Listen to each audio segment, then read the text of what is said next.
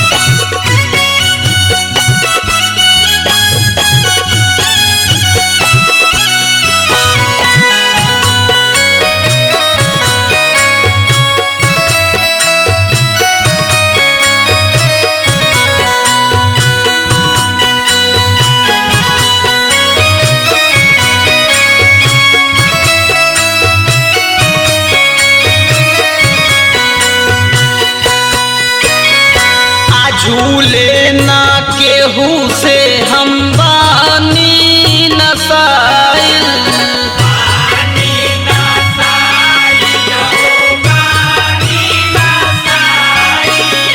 चूस लो ए राजा जो बन होली में रसाइल।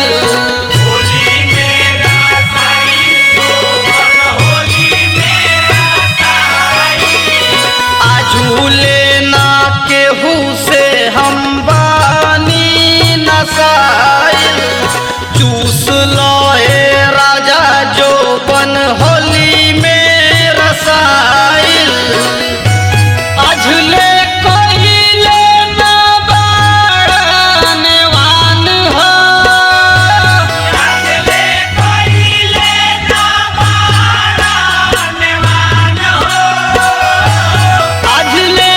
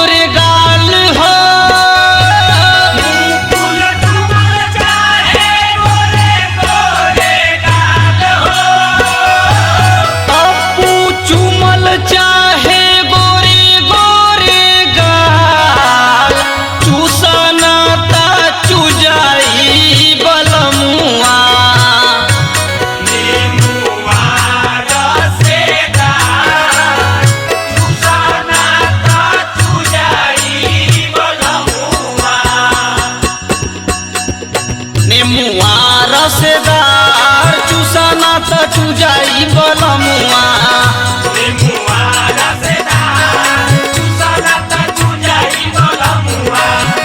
नेमुआ रसेदार चूसना त चुजाई बलमुआ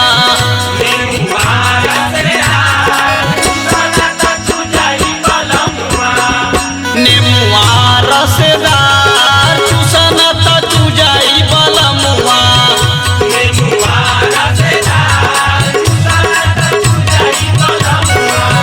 नेमुआ रसेदार चूसना त चुजाई बलमुआ